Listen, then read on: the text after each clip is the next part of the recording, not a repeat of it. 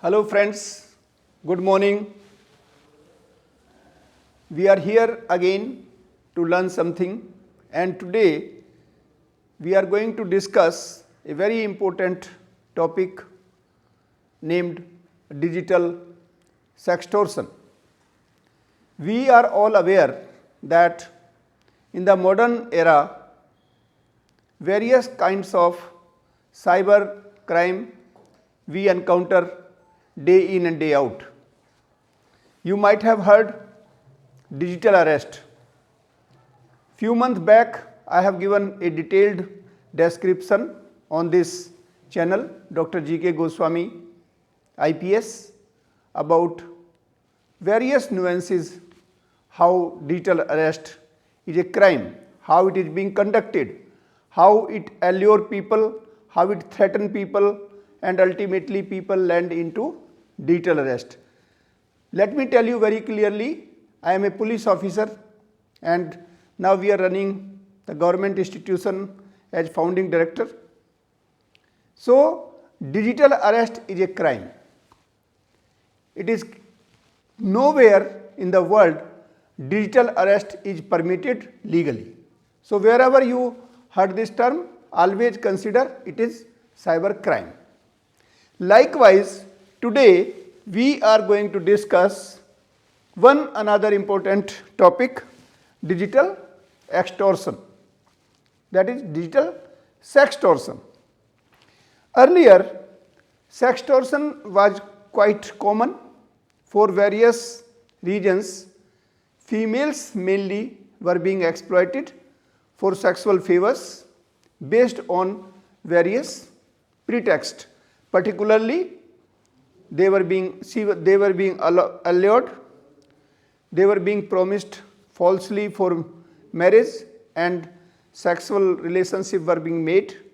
They were being, screened, or you can say picturized, or videography were being done, or photography which was done, and later they were threatened to publicize those personal sexual or personal content, and based on that the females were exploited. But in modern era of digital space, nowadays not only female but in majority of males in these cases are being exploited digitally. We will explain how digital sextortion is very common, and as a police officer I observed that many a times people hesitate even to report because of social ostracism.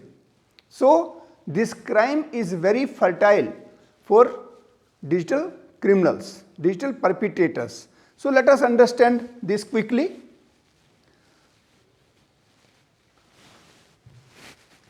So, if we try to define digital sextortion, so you know sex plus extortion, the term is sextortion. That means on basis of some sexual conduct or some sexual content, the extortion is being done. Extortion may be different type, and when this type of crime is conducted on the digital space, then it is called digital sextortion. So, in formal way, if I say it has content of blackmailing, right, by threat to publish intimate or sensitive content which has sexual in nature. So, this is a brief definition of sextortion you must have understood. If we see the nature, it is a new form of cyber crime and it is global in nature. I will tell you how US, UK, and believe me that country like UK and US, annual growth rate of these crime, reported crime is more than 100%. That means almost every year the double cases are being reported. And as I said earlier that many of cases, in my opinion, majority of cases do not get reported because of various social taboo. If we see the ingredients, this is generally done online. by digital communication. There are various means and ways, we will come to that. They somehow collect your intimate content, whether it is female or male, and then they start exploitation.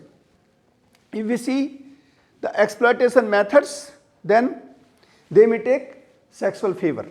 They may call females to some hotel or some other places and they exploit sexually in real time, right? That is one. Then emotional, sometime making you that I will marry you and so many things. Very recently, one of my known scientists, age 60 plus, she got retired long back, maybe 6-7 years back, and then the person sitting abroad has allured her saying that I am sending you these gifts, I will marry you, I have some kind of family disturbances, family distortion, and I like you and what not, and these type of emotional blackmail. And if in certain cases, suppose such type of issues are being recorded, sometime emotionally people get, naked sometime, or they share some information which are personal in nature of sexual orientation, then these may be emotionally blackmailing. Because everyone has some reputation. Even a child has its reputation. Nobody wants to violate that. So because of reputational, concern, person does not want to disclose. And that is the reason why such type of cases do not get reported. Then another is financial. In many cases, it is learnt that these perpetrators, these digital criminals, they exploit to get money. They ask that either you send this much of amount in this particular bank account or maybe in various liquid money, or you can say paperless money, digital transactions, maybe in bitcoins and many more. So financial losses, and they are huge, and it is very difficult to trace, we will talk about. Then sometime there are certain cases where the officials, senior rank officials, maybe politicians, maybe bureaucrats, maybe businessmen, they are being also exploited to do the favors the criminal wants. So official positions are also being exploited. Then any kind of vulnerability, these are certain areas, they are indicative, they are not very descriptive in nature. So various type of exploitation may be there. I have mentioned few, you may be aware many of such type of exploitation possible across.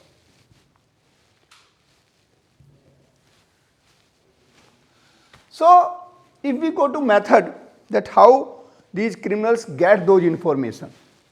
So as I already said that it is called catfishing. Catfishing means you are alluring somebody on pretext of emotional blackmail.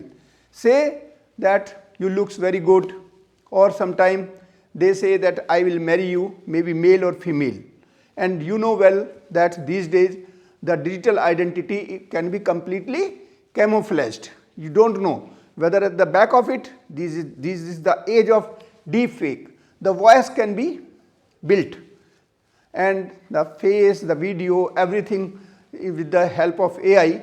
So you have to be very, very cautious, and the best precaution is that do not get indulged into such type of activity with anyone. So that is the underlying precaution.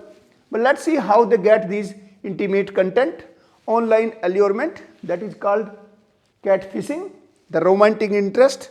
These days many a times people live alone, sometimes they may not get married, they may have some mindset, and somehow or other they so-called these digital friends, they exploit each other in many a times.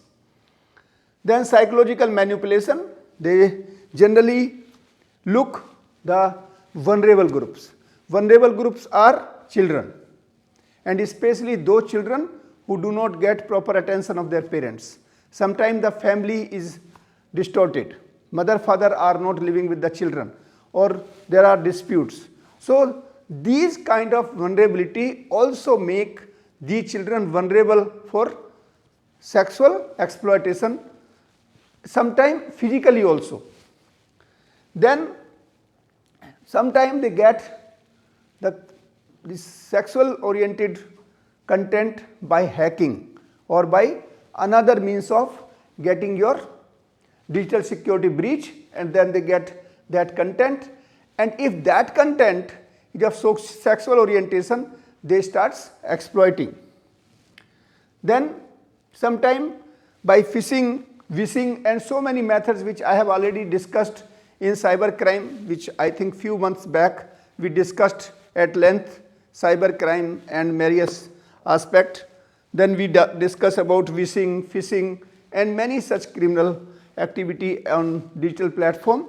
So they send fake email, fake message. As I said, deep fake becomes very, very challenging even for the law enforcement agency to detect. So these are various methods by which they get your secret content knowingly or unknowingly to you, and then they start exploiting. If we see the legal remedy, let me first tell you about Indian legal framework. We have Information Technology Act. This part we have discussed in detail about 1.5 hour discussion, I think about 2 weeks back. So you may Google, you may go to my YouTube channel named Dr. G.K. Goswami IPS, and you can see how IT laws and cybercrime laws are different. So that is a very, very detailed discussion, not only in Indian context but globally. As I tell you many a times that I try to give you the global perspective. I never limited our discussion only to a country specific phenomena. So here IT Act, there are two important sections, my dear friends. One is section 66E, where there is a prescribed punishment for privacy violation. And you please understand that privacy now became fundamental right in India. Fundamental right means it is part and parcel of Article 21, that is right to life. And privacy makes you right to dignified life. So if you breach or violate somebody's privacy, then you have to face, you have to be slapped with a writ or any petition where you have to pay heavily. I will tell you how much is the quantum of amount to be paid. So one section is 66E, whereby violation of right to privacy can be punished. Then comes section 67 and 67A. This is again punishment for publishing or transmitting some sexual content or obscene content. Here actually the complete format of sextortion fit into. So if there is a crime, for the police personnel, please apply these sections, section 66E, section 67 and section 67A. So these are the relevant section for you. You must be aware, because it is sexual harassment also. So earlier it was section 354 of Indian Penal Code, which is now no more into action. From 1st July 2024, India has introduced new set of criminal law, and now Indian Penal Code is called Bharatiya Nyaya Sanhita 2023. So the section of B and A, Bharatiya Nyaya Sanhita, BNS, section 75 deals with sexual harassment. If the victim is child or minor, then in addition to that, POCSO Act will also apply depending upon what kind of crime has been committed. So relevant section will be imposed. My dear friends, this DPDP Act is also very important. India has introduced, the Digital Personal Data Protection. Digital Personal Data Protection Act 2023, and in year 2024 its rule has also been framed and has been published. So now we have a full-fledged Data Protection Act, and on Monday probably I will be taking this as a detailed online discussion which will be directly communicated through YouTube channel. We will publish it soon. So here, and you will believe that for one violation of your data or breach of single violation may amount to pay by the violator rupees 250 crore. Mind it, for one violation of your personal data may lead to punishment or fine tune up to rupees 250 crores. Now let us see, we have discussed about Indian context. Let us see about United States. You might be aware United States is having 50 states, and every state has its even Supreme Court, its own.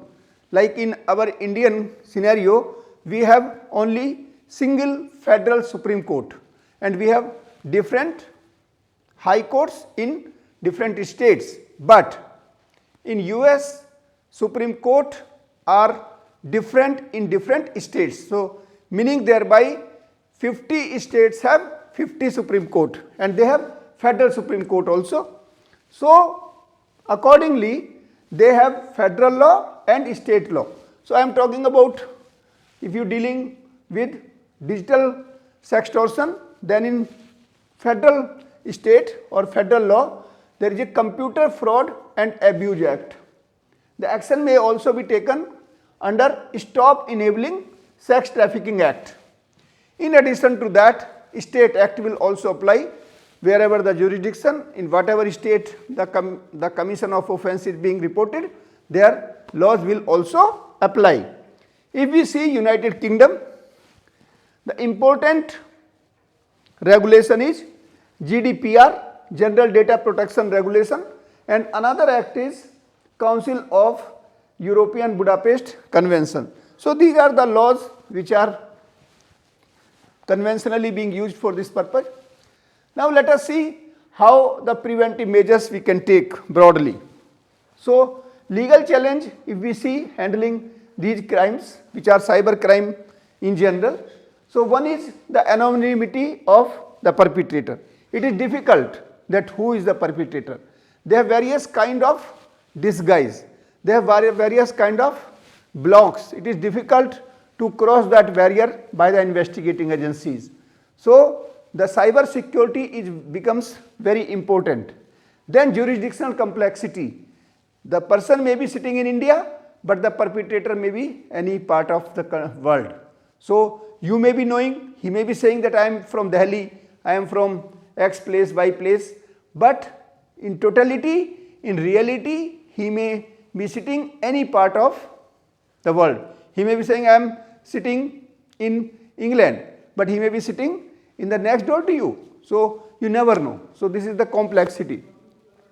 Then rapid evolution of tactics and technology. Every day the tactics are changing. They are very, they are totally committed criminals. So they hit and try, and suppose they try for 20, 30, 50, individuals, and if they get the single one, their job is over. They get handsome money or whatever they want. So awareness and precaution are the best remedy for it. Then cyber vulnerability. Certain groups, certain population, they are vulnerable, like children. They use very frequently the cyber space, but may not be knowing that how vulnerable the system is. So cyber security awareness is very important, not only for individuals, even for the corporations, for the business world. Unfortunately, in our scenario, people are very fond to use digital space, but they are least aware, least bother about cyber security. So in my opinion, my friends, we have to be very, very cautious. We must know the vulnerability and hotspots, and then only we should use. Otherwise, we may be exploited in various ways, maybe sexually, financially, emotionally, psychologically, and you may also lead into trouble if you are unaware. What are the way outs? As I already mentioned, awareness and education. We have to improve digital literacy. If we are not aware about digital world, then we may be having certification like we may be graduate, postgraduate, but we are literally digital illiterate. So get up and be digitally literate. This is the time. We are living in 21st century. Now we are in 2025. A quarter of this century is over. So when we will wake up? It is time to wake up. Then we should strengthen cyber security regimes. As I said, government is enacting various laws, but it is the duty of the law enforcement agency to put them into practice in letter and in spirit. So that's very much important. Then comes the reporting and investigation. Sometimes the reporting for various reasons, social ostracism, the reputation, the social response, social stigma, even in the family, people feel very awkward to disclose the sex exploitation digitally or whatever manner. So these social stigma sometimes avoid people not to report. And then of course the complexity in investigation. As I said, it is a very, very complex regime to disclose. There are so many layering. The people mask themselves. So it is very, you can say, professionally very challenging domain to reach to the real culprit. So the regime has to be very robust. Then victim support and helpline. My dear friends, in case somebody gets victimized by any kind of cyber crime, immediately ring the free of cost helpline 1930 and you will get help. Immediately your complaint will be registered.